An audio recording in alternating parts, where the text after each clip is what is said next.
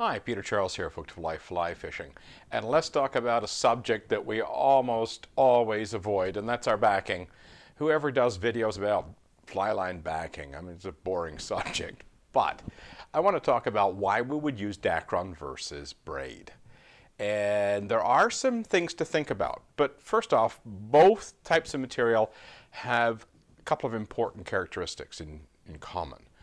They don't shrink when wet and they don't rot. That's what you want in backing. You want backing that you can soak in salt water or fresh water, and it doesn't shrink, it doesn't distort your spool when it shrinks, and it doesn't rot. So it could sit in a gear bag for months, years, and it's fine when you take it out. So those are the two characteristics that we want in our backing. But if we're looking at using regular Dacron backing, which is everybody's used for fly fishing for decades and decades, ever since Dacron has been around properly, they have been using it for fly line backing. And normally we get it in 20-pound or 30-pound breaking strains. It's fairly thick, and there are some variations between manufacturers. I've noticed that when I bought one brand, it was a little thinner than another brand for the same breaking strain. You know, it's just the way it is. But generally, it's relatively thick for its breaking strain. And that's fine when, like, this is a spool I use in Cape Cod. It's got a full sinker line on it. It's a Danielson 6.9 spool with an 8-weight line on it. And there's tons of room for backing on here.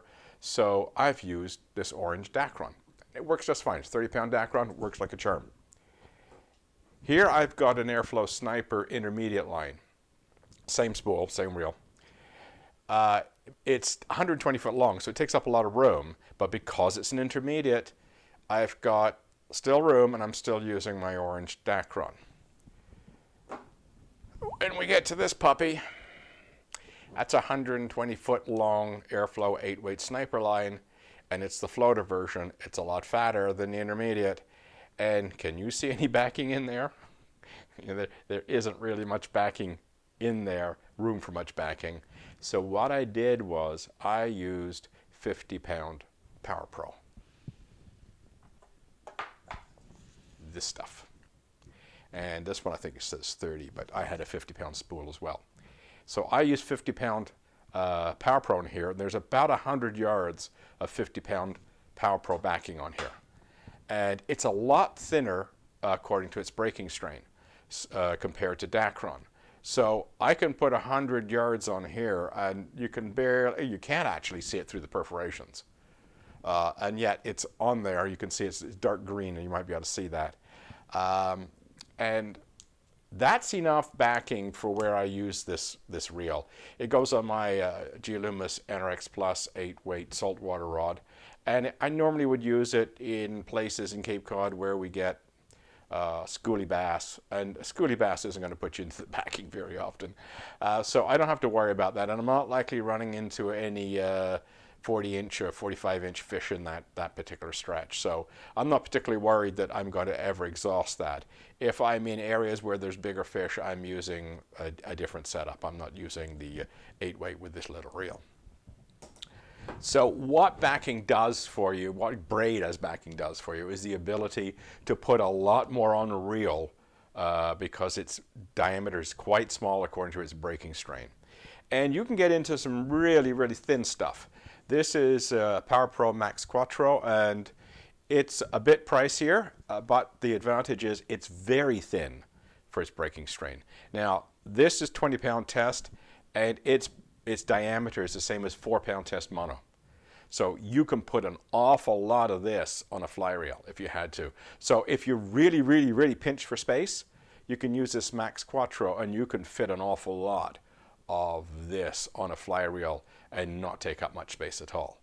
So standard Power Pro is a little thicker than Max Quattro. It's about one size down. So let's say about 30-pound in regular Power Pro is about 20-pound in Max. Sorry, the other way around.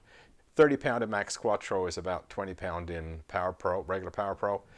So this is probably 25-30% thinner. I'd have to look it up again to be sure, but it's thinner. That's the bottom line. You can put more on a reel if you use the Max Quattro. So if you're really pinched for space, do that. Now the other thing I did, and you can see the spool's empty, I've used it all. This is 80-pound white, 80-pound Power Pro. It's about the same diameter as 30-pound Dacron. So I'm not gaining any space by using this, but what I am gaining is breaking strain. So on my big reels, that's what I'm using. I don't have a space problem, I don't have a capacity problem, but I want to use a greater breaking strain. So I buy a big spool of this stuff and put it on my big reels. It works like a charm. So I've got a relatively thick backing. Now, I know some people are worried about the Power Pro digging into the rear loop of their fly line and cutting the coating. Well, there's a couple of things about that. First off, I'm an airflow user. I haven't seen that happen yet on any of my airflow lines. Can't speak about other manufacturers, but airflow uses polyurethane. That seems to be plenty tough, and I've never had one cut through to the core. Second thing, if you did have one cut through to the core, it's going to stop at the core. So it's not going to cut all the way through. It's just going to cut into the plastic coating. But the core will remain intact, so you're not losing anything there really in strength, maybe just a little bit, but not much. If you're really, really, really worried about that, one of the things you could do is especially if you had some 80-pound like this is thick. You don't have to worry about this cutting through. So you maybe the first couple of feet might be 80-pound, and then you'd use a double grinner knot to attach to the 50. You could do stuff like this so the part of the braid that's attached to your fly line is thicker. Or you could double it. That's another way to do it. Just make a double loop so it gives you more surface area. There's lots of ways around the problem. So if you're really worried about that, frankly I'm not, but if you are worried about that, there's ways to deal with it. But the idea behind Braid is it takes up a lot less space on the spool. So if you don't need it, like in the case of this spool and then this spool, you can use your regular Dacron. But if you're into a situation like I got here, where I don't have a lot of room in the reel, Braid can really save your bacon. And remember, if you're really tight for space, the Max Quattro is very thin, and you can load an awful lot of it on a spool. You can have quite a high capacity and take up very little room. So there's your options, and the reasons why you should use one over the other. But I've taken to going 100%, almost 100% Braid for my saltwater uses. There's a few legacy ones like these spools that still have Dacron, but all my big stuff has Power Pro Braid on it now. And on my smaller reels, I'm starting to transfer those over to Braid as well. But freshwater use, again, is a space problem.